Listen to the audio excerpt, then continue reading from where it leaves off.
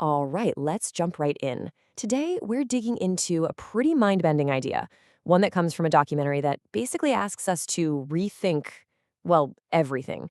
We're not talking about little tweaks here and there, we're talking about a complete, ground up redesign of human civilization.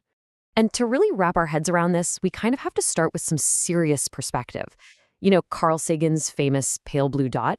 When astronauts look back at Earth, they don't see any of our borders, our politics, just one single, incredibly fragile ecosystem. This quote, it really sets the stage. We are all stuck on this tiny little speck together. So that brings us to the big question, right? If this is our one and only home, this lonely speck in the dark, then why on earth have we built systems that seem designed to fight against it and against each other? This is the central problem that the source material really tries to tackle.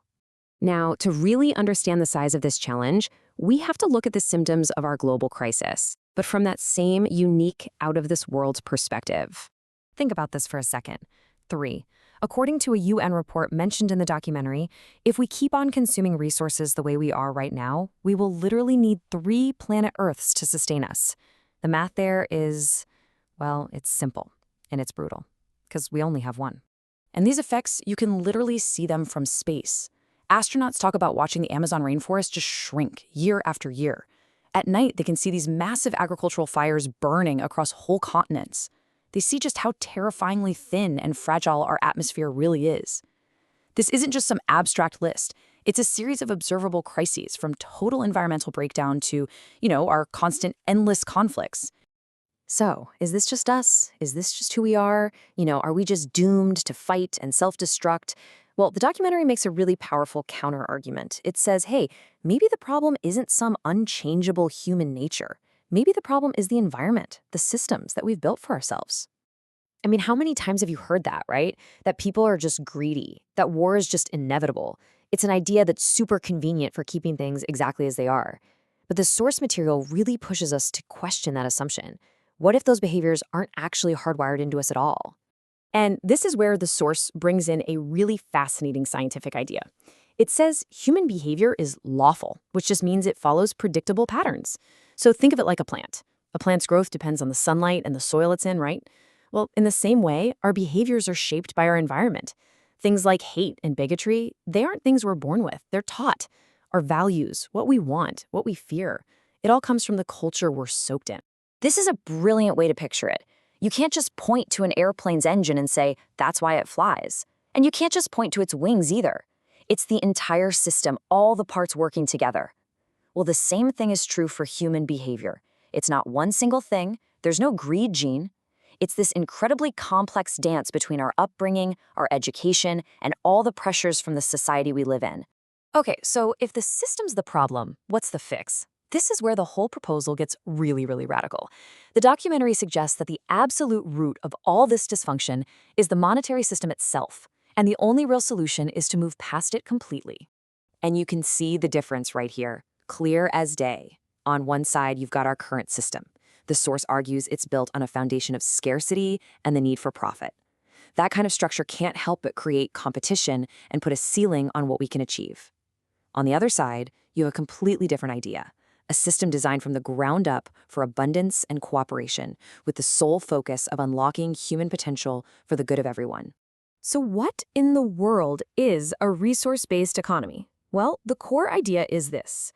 It's a society where we make decisions based on what's scientifically possible and what people need, not what's profitable. The first step is to do a global inventory of everything we have, and then use science and technology to manage all of it in the smartest, most sustainable way possible to make sure everyone's needs are met. And if you set up a system like that, money just becomes this clunky, old-fashioned thing that gets in the way. Jacque Fresco, who's the visionary behind this whole concept, he puts it perfectly. He says, look, money isn't a resource. You can't eat it. You can't build a shelter with it. It's just a tool for control, for rationing things out. And that tool becomes totally obsolete once your main goal is to intelligently manage real physical resources to create more than enough for everybody. All right, I know. This sounds like some far-out, abstract sci-fi stuff. But the documentary doesn't just stop with the why. It actually gets into the how. So let's take a quick look at the practical vision for how a world like this could actually function. The transition plan isn't about chaos. It's actually super methodical. First, step 1, survey what we have. All the farmable land, the fresh water, the minerals, the technical experts, everything. Step 2, apply the scientific method to make decisions based on hard data, not the shifting opinions of politicians. Step 3, automate all the repetitive, dangerous jobs to free up human beings.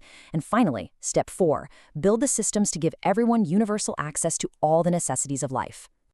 So what does that world actually look like? Just imagine. Circular cities designed to be incredibly efficient and to live in harmony with nature. A planet powered completely by clean renewable energy. A society where amazing healthcare and education aren't things you buy, but are just basic human rights. And a world where all our collective brainpower is focused on the real challenges, like restoring our oceans and cleaning up the atmosphere. Now, that is a huge claim, but it really gets to the core of the vision. The idea isn't to drag everyone down to some basic minimum. It's about using technology to lift the standard of living for everybody to a level that even the wealthiest people today can't imagine, because they still have to live in a world with pollution, crime, and war. And this always leads to the big one, right? The question everyone asks, what's the incentive? If all your basic needs are met, why would you get out of bed in the morning? The answer proposed here is that our motivations would completely shift. Instead of being driven by the need to survive financially, we'd be driven by our natural curiosity, by creativity, and by the incredible challenge of solving big problems and making the world better for everyone. I think this quote just hits so hard. It's a direct challenge to our own sense of what's possible. It suggests that the biggest wall we have to climb isn't technological or logistical. It's our own cynicism. Believing that a different world is actually possible is the very first step to building it. And that's where it leaves us. The whole idea here is that we aren't just helpless passengers, victims of history or some flawed human nature. We're the designers. We already have the technology and the knowledge to create a world of abundance. So the documentary's title isn't really a statement, it's a challenge to every single one of us. The choice really is ours. So, what future are we going to build?